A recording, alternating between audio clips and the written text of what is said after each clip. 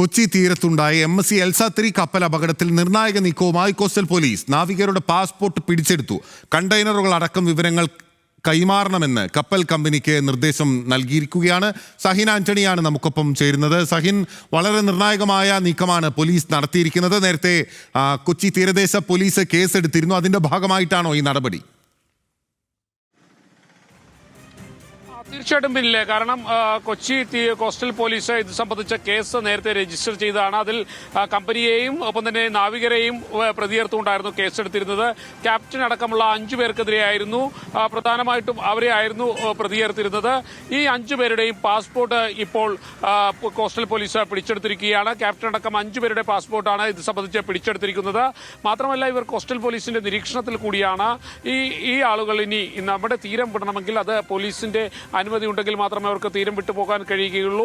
മാത്രമല്ല, കമ്പനിയോട് ഈ കണ്ടെയ്നറുകളുടെ വിവരങ്ങൾ കൈമാറാനും പോലീസ് ആവശ്യപ്പെട്ടിട്ടുണ്ട്. നേരത്തെ തന്നെ തീരദേശ പോലീസിന് കമ്പനി കൈമാറിയ ഈ കണ്ടെയ്നർ വിവരങ്ങൾ സംബന്ധിച്ച് ഒരു വ്യക്തത കുറവുള്ള സാഹചര്യത്തിലാണ് ഒരിക്കൽ കൂടി ഇത് സംബന്ധിച്ചുള്ള വിവരങ്ങൾ പൂർണ്ണമായും കൈമാറണമെന്ന് പോലീസ് ആവശ്യപ്പെട്ടിരിക്കുന്നത്. അതായത് പോലീസ് അന്വേഷണം ശക്തമായ നിലയിൽ മുന്നോട്ട് കൊണ്ടുപോകാൻ അന്വേഷണ സംഘം തീരുമാനിച്ചിരിക്കുന്നു എന്നുള്ളതിന്റെ ഒരു സൂചനയാണ് ഇപ്പോൾ പുറത്തു വരുന്നത്.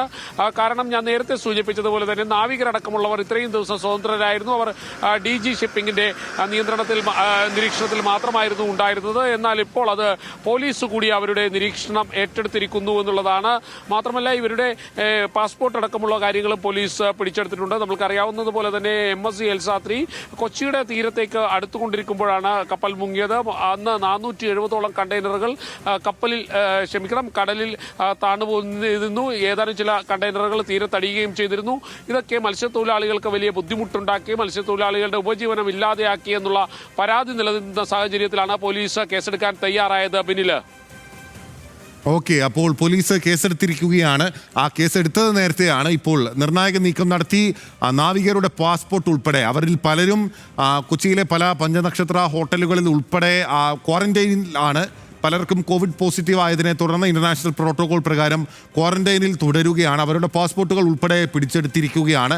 ഇതിൽ കപ്പൽ കമ്പനിയെയും ഒപ്പം ഗ്രൂപ്പ് ക്യാപ്റ്റനെയും ഉൾപ്പെടെയുള്ളവരെ പ്രതിയാക്കിയിട്ടാണ് ഈ നിയമപ്രകാരം കേസെടുക്കുകയും ചെയ്തിട്ടുള്ളത്. ഇപ്പോൾ കണ്ടെയ്നറുകൾ അടക്കമുള്ള കാര്യങ്ങളുടെ വിവരങ്ങൾ കൈമാറണം എന്നുള്ളതാണ് fort Kochi coastal police station ഇപ്പോൾ അപകടത്തിൽപ്പെട്ട MSC എൽസ കപ്പൽ കമ്പനിയിലെ ഉദ്യോഗസ്ഥർക്ക് നൽകിയിരിക്കുന്ന നിർദ്ദേശം. സഹിൻ ആന്റണിയാണ് വിവരങ്ങൾ നൽകിയത്.